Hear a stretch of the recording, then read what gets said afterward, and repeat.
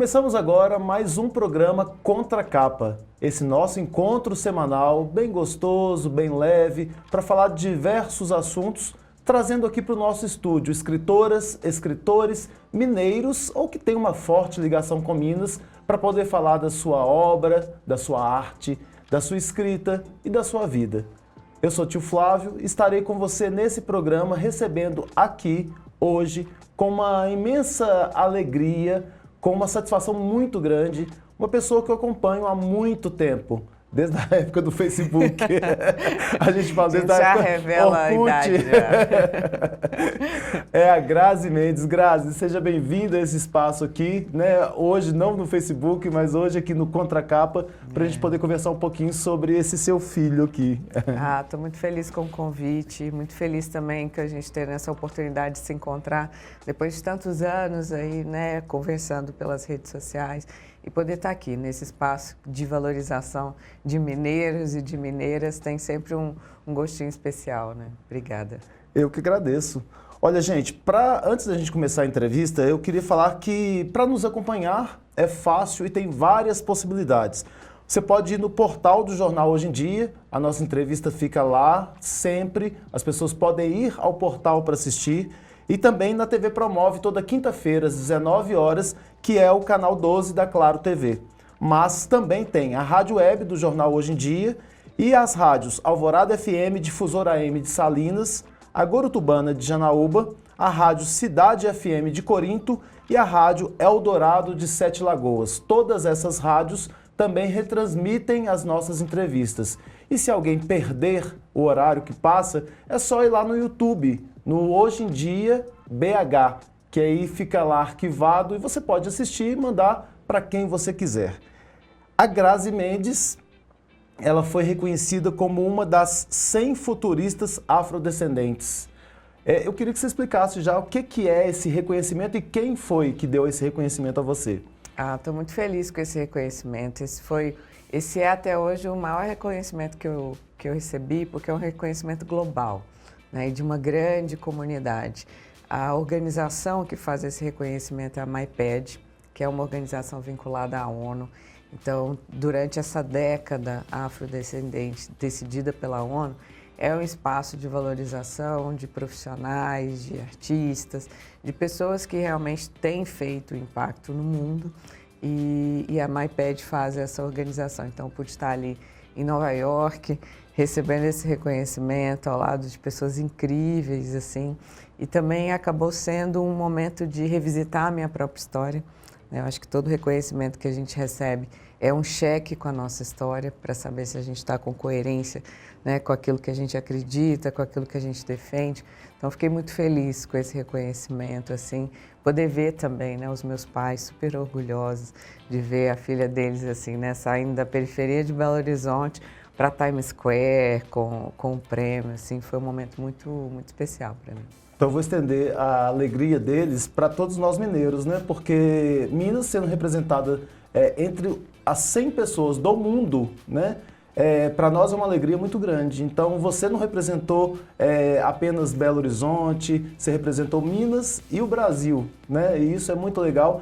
E que a gente tenha mais gente nossa nesses prêmios para o mundo afora, porque a gente tem muita coisa boa acontecendo e muitas pessoas fazendo acontecer. Sim. E a gente precisa que isso tenha visibilidade de fato. Aí foi muito interessante que nessa categoria, né, vinculada a futurismo e inovação, foram duas pessoas do Brasil, então uma mineira e um baiano, né? Então a gente também conseguir ter Minas e Bahia ali representado, sair um pouquinho, normalmente fica, né, Rio, São Paulo, é uma oportunidade também para que o mundo inteiro conheçam os profissionais que estão, né, em outras partes do Brasil. Isso foi muito legal também.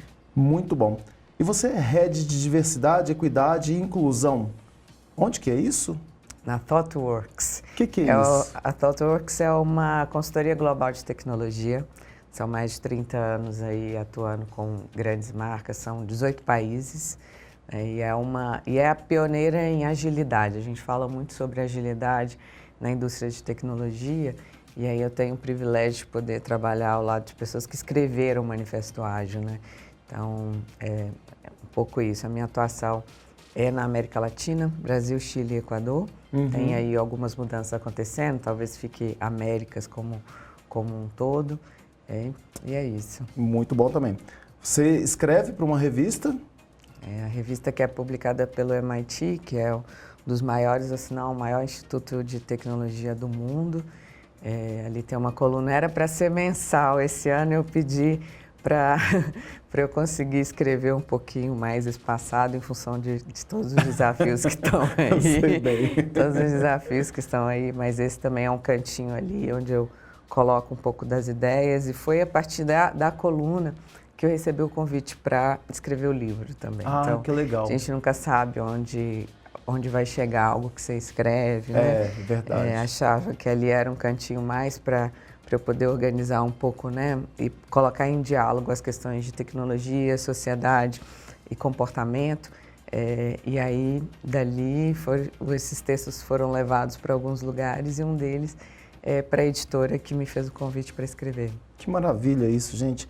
E quando a gente escreve, as pessoas falam, eu tenho essa coluna semanal no Hoje em Dia, e aí as pessoas falam assim, mas é uma escrita rápida, né? Porque é uma leitura rápida, em 2, 5 minutos você lê. Mas a escrita, ela demanda uma pesquisa imensa, né? Então, quando eu falo assim, eu pedi um espaçamento para poder publicar as minhas colunas, parece, mas você não tem 10 minutinhos para poder tirar para escrever? Se fossem 10 minutinhos, seria uma maravilha, né? Para escrever cada 10 minutos, assim, deve mais ou menos o quê? Uns 5 livros para você ler. Uma organização. Podcast para você ouvir. Exato. Eu estava escrevendo sobre solidão agora e estava lendo um monte de texto antes de vir para cá, inclusive. E eu falei, gente, tem que acabar de ler esses textos para poder escrever. E às vezes uma pílula de rádio que fica em 1 minuto é uma consulta, uma pesquisa imensa, né? E fora todo o repertório que você já traz da vida inteira de estudos. Exatamente. Aí, né? Você está na Fundação Dom Cabral também como professora convidada e é especialista em neurociência, comportamento e inovação digital, é mestre, deixa eu ver aqui, em design com tema central voltado ao design de futuros, né? Focando aí na inclusão de mulheres negras na tecnologia. Sim. Deve ser muito gostoso e desafiador pesquisar sobre isso, né? E é algo muito novo também, né? Porque não tem muita bibliografia para esse tema, né? Você precisa fazer um encontro de algumas áreas que não são muito óbvias, né? Então, no design, olhar para design de futuros mais conectados com toda uma discussão sobre interseccionalidade, as questões de raça, gênero e classe também, e cruzar isso com o futuro do trabalho e a área de tecnologia. Então, foi importante fazer uma pesquisa em áreas que nem sempre dialogam, mas que para que a gente possa entender, né, como que a gente pode fazer projeção de futuros mais inclusivos, menos injustos, foi necessário fazer esse cruzamento dessas áreas e olhar com muito carinho e atenção para as questões de interseccionalidade. E não desmerecendo tudo isso que nós já falamos, mas meus olhos brilham, e os seus também, com o Voa Papagaio. O que é o Voa Papagaio? Eu falo que nós somos companheiros de luta, companheiros de esperança, pode ser assim, né? Pode. Companheiros de esperança. E ela existe, de fato. Quando a gente não tem esperança, parece que a gente perdeu o fôlego, né? Parece que a chaminha apagou. Eu acho que sem esperança a gente não consegue levantar da cama, né? Tem uma entrevista que me marcou muito, assim, porque eu sempre ficava assim, eu não me considero uma pessoa otimista, sabe? Aquela pessoa que tradicionalmente é otimista, que está sempre vendo o lado bom das coisas, porque em função, né, de quem eu sou, de onde eu venho, esse nosso envolvimento, né, com as questões sociais, a gente tem um choque de realidade que desafia esse otimismo. Mas teve uma entrevista do Desmond Tutu, que a jornalista, diante, né, de todo o contexto ali na África do Sul, pergunta para ele como que você consegue se manter otimista diante de tantos desafios, de tanta violência, de tanta coisa ruim acontecendo pelo mundo. E ele responde assim, minha filha, eu não sou otimista, eu sou prisioneiro da esperança. Então, quando eu vi essa entrevista, eu falei, acho que é um pouco disso, assim, nós somos prisioneiros da esperança, porque a gente acredita, de fato, que é possível, né, que mesmo diante de todos os desafios, mesmo diante de tantas mazelas, existem coisas muito bonitas que podem acontecer. Eu acho que a gente acredita também nesse potencial humano. Isso, né, eu acredito muito nisso. De fazer as transformações, de fazer as mudanças. O Voa Papagaio vem nesse lugar, né? O Voa Papagaio é um projeto de inclusão da juventude periférica do Morro do Papagaio nas universidades, né? Entendendo que no Brasil, um país tão desigual quanto o nosso, o acesso ao ensino superior, o acesso à escolarização é um mecanismo importante para que você possa fazer ampliação de sonhos, né? Ampliação desse horizonte de sonhos que muitas vezes fica encurtado quando você está numa realidade. Por exemplo, ali no Morro do Papagaio, você tem como equipamento público até o Fundamental 2. Né? Para que você continue estudando, você precisa se deslocar, né? Ir para uma outra região, o que já dificulta esse lugar.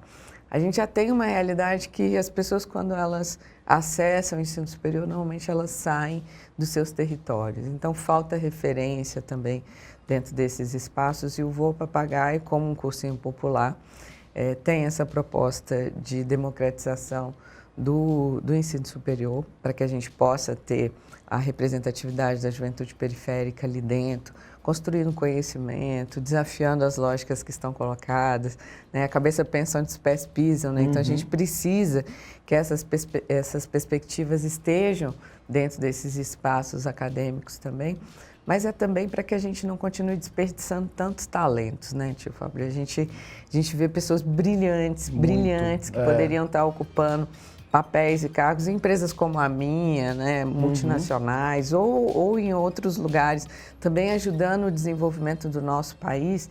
E em função de toda a desigualdade que existe, a gente tem esse desperdício de talentos, né, o que não é inteligente, não é. É lamentável. Para que a gente tenha um Brasil, né, potente, um Brasil que a gente possa, né, continuar se orgulhando, assim, a gente de fato precisa investir na educação, com certeza. ampliar acesso, né, e dar suporte e apoio para que mais pessoas possam ocupar esses espaços. E isso amplia a perspectiva mesmo, né? Quando a gente faz a educação acontecer para as pessoas, amplia a perspectiva, porque muitas das vezes as pessoas acham, ainda tem muito disso, de que aquele espaço não é meu, de que não me cabe ali. Eu acho que a presença de pessoas diversas, né, na mídia, até mesmo quando a gente vê um programa infantil, né, uma revista em quadrinhos, estava vendo Maurício de Souza fazendo desenhos com pessoas, né, deficientes, pessoas com deficiência, alguma coisa nesse sentido, que dá para ter uma representatividade. Então, quebra aquela ideia de que aquele espaço não me cabe, né? A gente não pode sonhar com aquilo que a gente não vê. Antes de começar aqui o programa, a gente estava conversando sobre o Júlio, o Júlio Fessó. Aliás, um beijo enorme para toda a comunidade do Morro do Papagaio e para o Júlio Fessó, que é um dos cofundadores, o idealizador é o Bruno, meu marido. E aí tem eu junto e o Júlio também. O Júlio tem uma história muito bonita, né? Que é esse lugar, né? Que ele, quando a gente começou o projeto, há 5 anos atrás, ele ainda não tinha o ensino médio, ficava, tem um problema com a matemática, né? Isso daí não vai ser para mim. Depois foi lá, fez o pré-enseja, né? Conseguiu concluir o ensino médio, fez o Enem. E aí ele foi aceito em várias universidades. E escolheu o curso, né? E ele pôde escolher e foi para o UFMG. Só que essa questão, né? Não é para mim e tudo mais. Depois, no primeiro semestre, os professores já estavam chamando ele para ele poder dar aula em outras instituições, acompanhando esses professores, né? Tamanho conhecimento que ele traz e, de fato, enriquece muito qualquer espaço. Porque, às vezes, a gente fica falando, olha... Às vezes tem pessoas que pensam em inclusão como se fosse um favor que a gente está fazendo para as pessoas que estão subrepresentadas em alguns espaços, como a universidade, como o mercado formal de trabalho. mas na verdade existe um enriquecimento desses espaços quando a gente traz essas perspectivas mais plurais, mais diversas, mais conectada com esse Brasil real, né? Gente que está lidando com o problema real ali, está buscando soluções, que é muito potente, então potencializa. Essa não é uma conversa só para quem está fora dos espaços, essa é uma conversa para todas nós, para que a gente possa ampliar.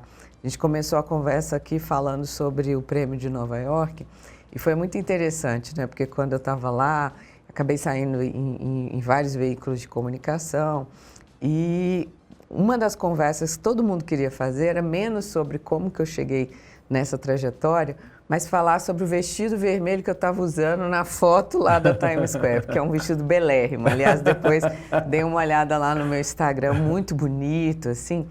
E esse vestido, eu falo com ele com muito orgulho, porque foi um vestido todo confeccionado com cinto de segurança por um projeto chamado Badu Design, da designer Ariane, que foi minha aluna lá na Escola de Negócios da Favela, que é uma parceria da CUFA com a Fundação Dom Cabral. E esse projeto envolve quase 2.000 mulheres em situações de vulnerabilidade que transformam lixo em luxo, moda de luxo circular. Então a gente conversa muito sobre ESG.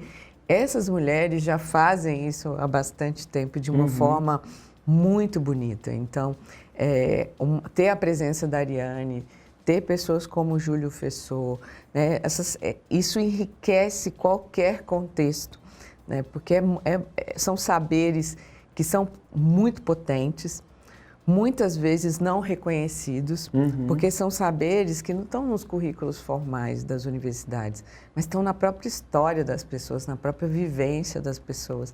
Isso é muito rico, né? Então, quando a gente faz um projeto como Voa Papagaio, é um projeto também que ele beneficia não só as pessoas que estão ingressando nas universidades, mas a própria universidade como um todo e, como consequência, o Brasil, né? Você estava falando aí, me veio à cabeça uma coisa que até me emocionei um pouquinho aqui. Você apresentando o TED o ano passado, foi esse ano? Foi na pandemia, né? Você apresentou? Não, foi a pandemia, não foi tão... Não, como apresentadora. É porque como apresentadora. Eu fiz um TEDx. Você fez um TEDx. Logo no início da pandemia. E aí depois, só que eu não tinha pisado no palco, aquele famoso palco. Sim, foi uma foi live, online, né? E aí eu fui convidada para fazer a apresentação do TEDx Belo Horizonte. Foi em 2024 ou 23? Você lembra? 23. 23? 23. E aí eu lembro que nós conseguimos conectar no Brasil todo várias APACs, que é um tipo de presídio, né, humanizado. E que quando você falou lá, agradecendo as APACs, tiraram fotos daqueles homens e mulheres que estavam lá com caderninhos, anotando aquilo que estava sendo falado durante o dia inteiro. E aí a gente fala de inclusão, a gente tem que falar de inclusão de uma maneira global, né? Sim. Porque são vários e vários assuntos que a gente tem para abordar, a gente não vai conseguir falar isso, senão a gente vai falar sobre o livro. Mas o livro também conta muitas dessas histórias, sim. Então a gente também está falando sobre nele, ele. Né? Mas que é legal da gente pensar que ninguém pode ficar para trás, né? Eu acho que temos que incluir de uma maneira, pensar nos idosos, pensar na pessoa idosa, pensar nas pessoas que estão privadas de liberdade, pensar nas pessoas que têm deficiência, né? Pessoas atípicas, famílias atípicas. Então é um mundo que nos cabe, né? Que deveria nos caber. E a gente precisa realmente desse espaço. Agora, eu queria já avançar para o livro, que é justamente este aqui, que é o seu primeiro livro, né? E que eu desconfio que já deva estar vindo um outro. Né? Tá nascendo aí. Porque você passou por um processo também, né, de câncer. Tô passando. Pois e está escrevendo sobre isso. Eu acho que é extremamente importante para conectar com as pessoas que passaram, que estão passando e que tem muitas angústias, muitas dores não ditas, muitas dores que às vezes a gente acha que não pode falar e quando a gente está com uma dor a gente quer falar para todo mundo e as pessoas parecem que estão em outra sintonia e aquela nossa dor parece que vai ficando com a gente só, mas a gente também vê tanta solidariedade, né? E isso é real. Mas você fala desse tema aqui, Ancestrais do Futuro.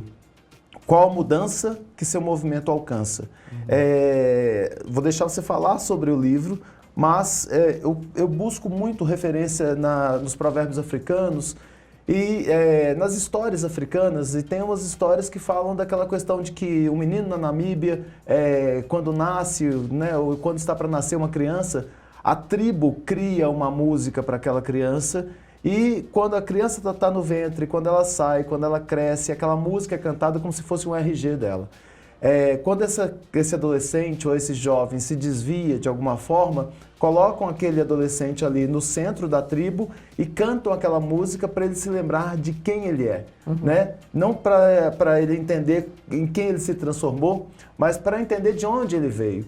E aí eu queria, quando a gente vai falar de ancestrais, eu queria que você falasse um pouquinho sobre esse livro e sobre a importância que ele tem para nós aqui, de nos conectarmos com o nosso passado para entendermos o nosso futuro. É interessante quando você traz essa história, porque ela tem a ver, assim, de uma forma resumida, com aquele provérbio que diz que se você não sabe bem para onde vai, nunca se esqueça de onde você veio. É o meu coisa do WhatsApp. No meu WhatsApp tem esse provérbio. Porque esse entendimento de que... E aí pode soar estranho, né? Porque esse livro está numa categoria de liderança, de administração. E aí pode parecer estranho você juntar ancestralidade e futuro, né, nessa mesma combinação, principalmente porque dentro desses espaços a gente está acostumado a pensar tempo como uma forma mais linear ou estanque de o passado já passou, o presente está acontecendo agora, e por isso ele é um pouco desinteressante. A gente está sempre num lá, né, olhando lá para um futuro e desassociando dentro dessa gramática dos tempos, a gente desassocia essas temporalidades. Só que a ancestralidade do futuro, como conceito, é uma ideia de que esses tempos eles ocupam a mesma dimensão, assim, estão imbricados dentro dessa lógica. Então, para que eu possa fazer planejamentos de futuro, a gente está numa época do ano que está todo mundo aí, né, fazendo os planejamentos, que a gente vai pensar e projetar para os próximos anos, eu só consigo fazer esse exercício de projeção se ao mesmo tempo eu reconhecer o que foi construído antes. Então isso numa lógica de negócio é mais fácil de entender porque você olha para o que aconteceu, você olha para as conquistas, você olha para os desafios, para os aprendizados, então você olha para o passado como um olhar de tutor, né? Então, passado como tutor, né? O que o passado tem para nos ensinar, né? Ao mesmo tempo, você tem o presente aqui, que tem questões que podem não estar tão óbvias. A gente falou aqui sobre alguns presentes invisibilizados, né?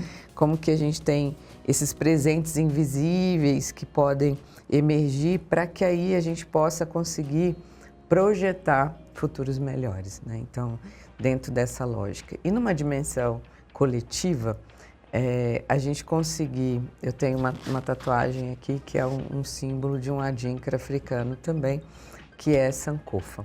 Sankofa é essa ideia que nunca é tarde para voltar e apanhar o que ficou pelo caminho. Então, a qualquer momento eu posso, né, olhar para a minha história, olhar para quem veio antes, me entender como continuidade, porque ao fazer isso, eu também me responsabilizo pelas próximas gerações. Que delícia. Então, a isso, ancestralidade do futuro é entender que tudo que eu recebi, tudo que a gente tem disponível hoje, foi construído antes de nós, né? Por quem abriu o caminho, mas também por quem criou tudo que a gente tem hoje. Mas cabe a nós, como ancestrais do futuro que somos, todos nós somos, resta saber se estamos sendo bons ou boas ancestrais do futuro, a gente se responsabilizar para quem está por vir, para as próximas gerações, para criar condições para que a gente tenha planeta, né, continue existindo, a gente recebeu um planeta, a gente pode fazer atividades ao ar livre, né, a gente recebeu um planeta e a gente precisa entregar ele melhor depois de nós. As dinâmicas e as relações, então as relações de trabalho, os ambientes de trabalho, a gente tem muitos desafios, né? Eu estava na semana passada fazendo uma discussão sobre saúde mental e o Brasil é o segundo país do mundo em burnout, o primeiro é em ansiedade. E isso está nas nossas dinâmicas das nossas relações, né? Como que depois de nós esses ambientes precisam ficar mais saudáveis, né? E aí é esse exercício permanente de entender que a gente precisa ter coragem de tomar decisões e fazer movimentos que não necessariamente nós iremos usufruir desses benefícios no nosso tempo, mas que é uma semente plantada para essas próximas gerações que virão. Então, tem um entendimento de que sim, a gente precisa se mobilizar coletivamente nas questões que envolvem governo, essas questões estruturais, mas tem sempre uma mudança que a minha caneta alcança, tem sempre uma mudança que meu movimento alcança, né? Você coloquei na dedicatória aí, né? Tem sido o bom ancestral do futuro, porque você abre caminhos, né? Você se mobiliza e faz ações como a ação que foi feita nos presídios de acesso a todo o conteúdo que estava sendo feito ali no TEDx. Você tem muitos projetos, e esses projetos eles criam futuros para mais pessoas. Então, ser um bom ou uma boa ancestral do futuro é esse lugar de conscientização, né? De se lembrar, né? De se conectar com de onde você vem para conseguir tomar decisões que possam construir futuros melhores, né?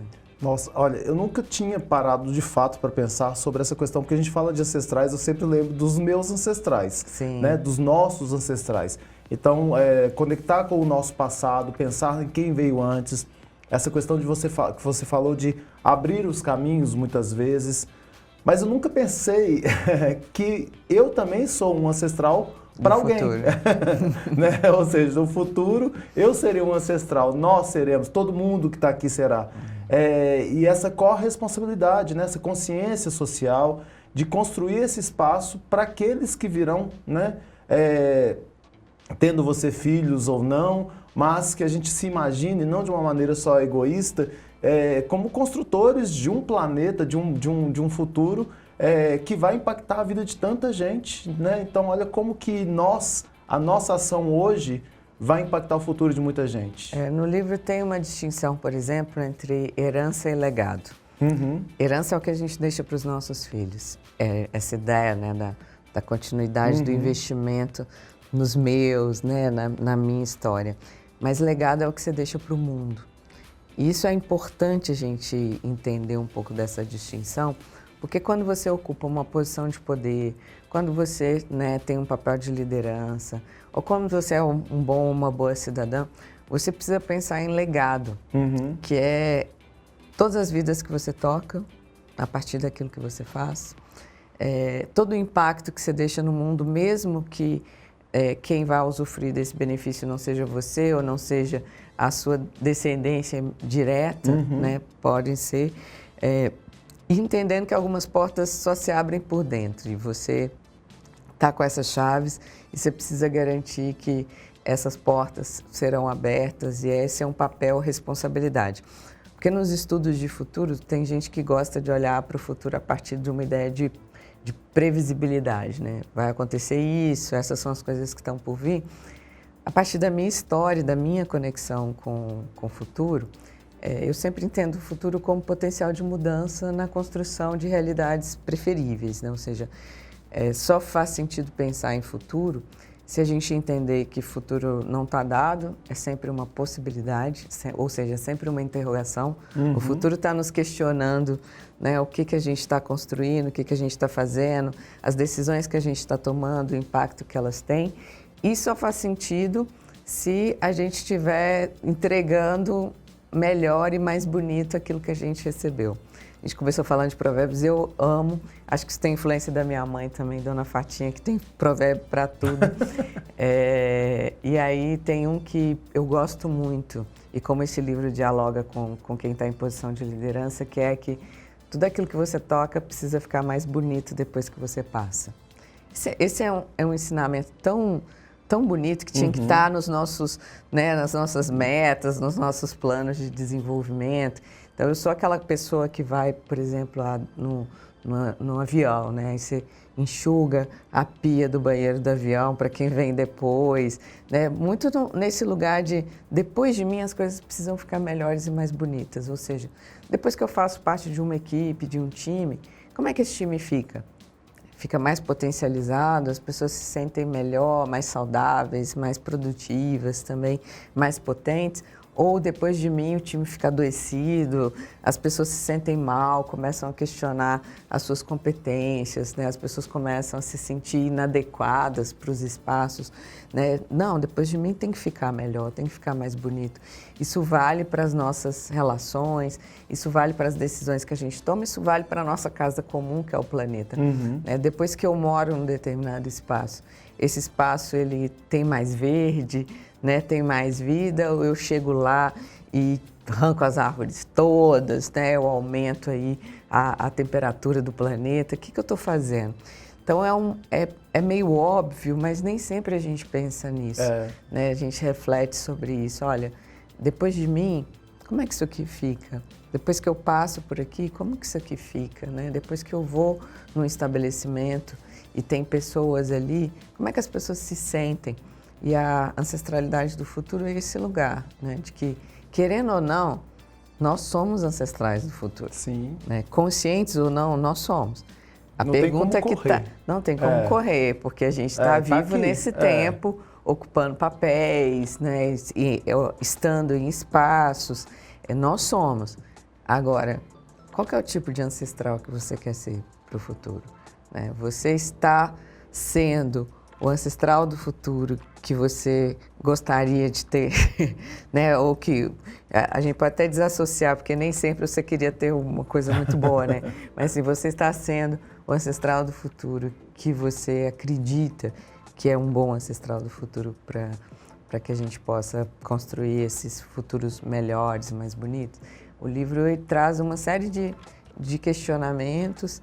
Eu junto as minhas histórias, minhas vivências, que é o único lugar que me pertence, um lugar que eu posso falar. Então, esse livro poderia ser escrito de várias formas. E quando eu fui escrever, eu fiquei nessa dúvida. Vou encher de referências técnicas, né? Estava com o mestrado ainda muito fresco. Vou colocar aqui muitas coisinhas e tal, modelos e tal. Mas eu falei, não, tem um lugar que nos conecta muito, que são as nossas histórias. Então, pensar a liderança, pensar essas reflexões. Eu trago sempre um conjunto de histórias, ele é todo escrito em primeira pessoa. Então, para contar como eu venho refletindo sobre essas questões ao longo do tempo, eu volto lá na minha infância. Então, a introdução do livro é a cena que eu tenho mais... Sabe aquela cena da infância que você fala, essa é a imagem que eu tenho mais forte assim da infância? Que é de eu lendo debaixo da mesa. Um dos poucos livros que tinha em casa. E eu lia em momentos em que, enfim, tudo à minha volta tinha muita escassez, muita falta. E naquele universo ali, eu falo, o Fantástico Mundo de Grazi, eu imaginava aventuras, comidas, né? Porque a gente tinha algumas restrições ali. Às vezes era fubá com sal, fubá com açúcar, né? Mas ali debaixo daquela mesa... Era o seu mundo, né, mesmo? Você fugia daquilo ali. E era um mundo muito bonito, assim. Claro que ao mesmo tempo era uma fuga, mas era também o exercício dessa tecnologia humana ancestral e potente que é da imaginação. E no mestrado eu estudei um conceito chamado imaginação radical, que é essa capacidade humana de ver as coisas, ver o mundo não como elas são, mas como elas podem ser. Esse é um exercício para a gente poder fazer projeção de futuros, né? Então, o livro começa com essa cena, deu ali, lendo debaixo da mesa, que foi uma resposta a uma entrevista dada quando eu fui nomeada para esse prêmio, que aí o jornalista internacional me perguntou assim, quando foi que você começou a estudar futuros, a ficar boa nisso? Eu fui voltando na minha trajetória, achava que era quando eu entrei para a área de tecnologia. Aí falei, não foi aí. Eu falei, foi bem antes, quando eu comecei a consertar computadores, década de 90, todo mundo falava, os computadores vão mudar o mundo. E aí eu não tinha dinheiro para comprar, então eu falei, vou aprender a consertar, que eu vou estar próxima. Aí eu falei, ainda não foi aí. Eu fui aquela criança que gostava de gibi, filme, tudo sobre ficção científica e tal. Aí eu falei, mas de onde vem mesmo isso? Eu cheguei nessa cena, que é essa cena, eu lá, magricelinha, né, com as pernas cruzadas no ar, com um black ferrugem, assim, que se acendia, sabe aqueles blacks que se acendem quando bate a luz do sol, assim, e eu lá lendo esse que me salvou, né, assim, os livros me salvaram, e foi bonito voltar nessa história e ela introduziu o livro, né, de um lugar de uma leitora apaixonada, né, para mim o livro tinha que estar na cesta básica, poder estar agora, né, lançando um livro, é também uma trajetória de muita coerência com essa minha história.